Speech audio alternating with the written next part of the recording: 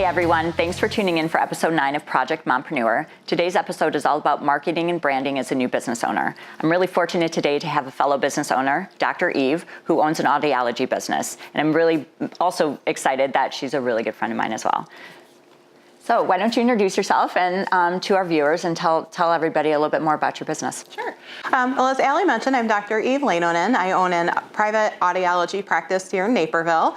I've been owner of the practice for 4 years. It was an established business. However, it was kind of like starting over from scratch.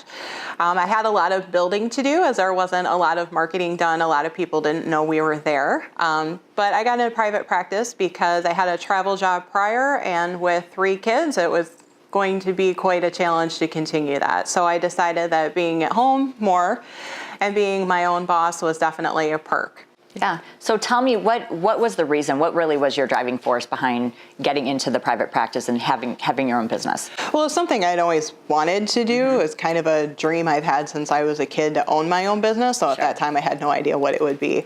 My aunt, who I'm very close to, owned her own business, and I thought it was really neat to see such a strong, independent person being in charge of her own thing, her own decisions.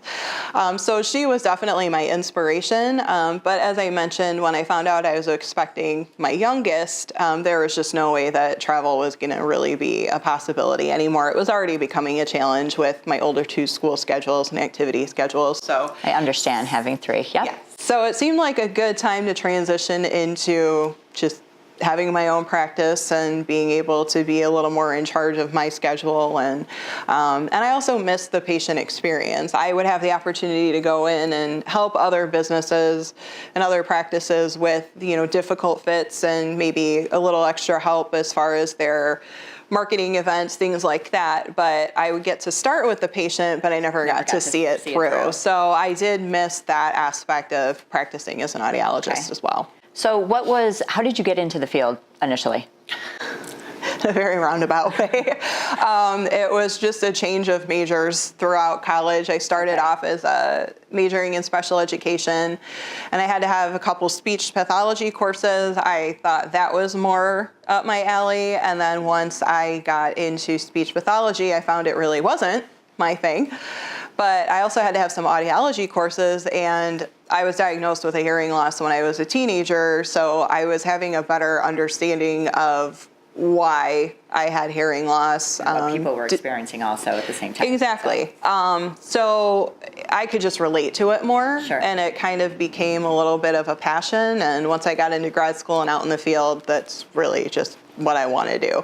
And it's nice because audiology has so many different aspects that you can work in. You can be in a hospital, a private practice, you can work for a manufacturer like I did for a couple of years. So there's a lot of options. It's not just, one thing that you can do. Sure. So tell me, after starting the business, since we're talking about branding and marketing today, what was the first thing that you did, and and share with the viewers what you think like the biggest takeaway and the biggest learning that you had, and maybe a tip that people could use when they're starting their own business. Yeah, I would say definitely know your why, because that is what's really going to draw people to your business and to you. My why was that I had a hearing loss, and I could relate not only on a professional level and what options are for people with hearing loss, but a personal level, because I wasn't given a whole lot of options. The doctors basically said, this is what's going on.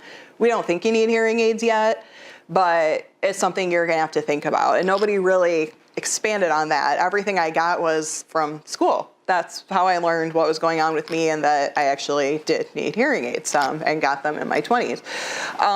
But if you don't have a why, people aren't going to know the reasons they should go to you versus somebody else down the road. So like what you're saying, and I agree with you 100%, is, if people want to understand the story behind, so that they can, can relate to you better, can understand the story, and can, really, tie into you with that. Absolutely. Absolutely.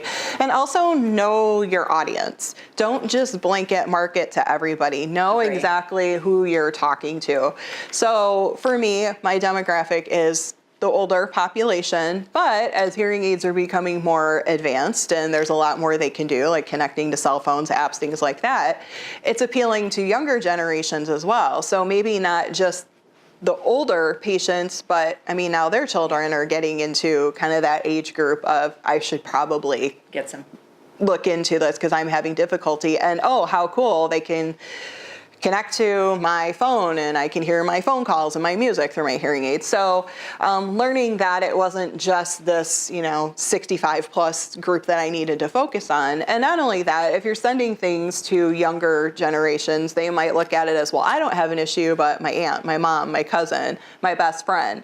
So they can kind of help get that process going. So it's a broader marketing focus. Yes. Are you finding specific types of marketing are not working, and what have you learned, and how are you course correcting from that? At least in our area, direct mail marketing is a bit of a struggle because it's such a saturated area. Sure. I mean, they're marketing to everybody in that age group. So they'll look at it and say, oh, another hearing aid thing, and throw it in the garbage. So what I've been doing is, even when I do direct mail, usually quarterly, I have my story on there. So people look at it as just, oh, okay, it's not just Joe Schmo audiologist or hearing aid dispenser. And not only that, I tend to do a lot of educational seminars. So it's not just, hey, come in and $4.99 for a basic hearing aid like all the other ones seem to be. I want to educate them on why hearing loss happens, how to prevent it, what their options are later on or now if they want to take action. And then I offer a free hearing screening for them too, just so they at least have a baseline. So It's not a sales push. I think if you approach it more as an educational situation or a story, they won't feel quite as overwhelmed or like it's just another thing to get them in the door and spend money. So what one tip would you have for the viewers from a marketing and or branding perspective that they could take away when they're starting their business? Again, know your audience, know your market, but also look at what avenues those particular age groups are using to find you or find products. So for me, these older generations are becoming a lot more technologically savvy. So this year I really upped my social media presence and my online marketing. And that actually has shown a big increase in not only searches and finds for us, but in phone calls and appointments as well. Eve, thanks so much for joining us today. Really, I'm so grateful that you were on the show.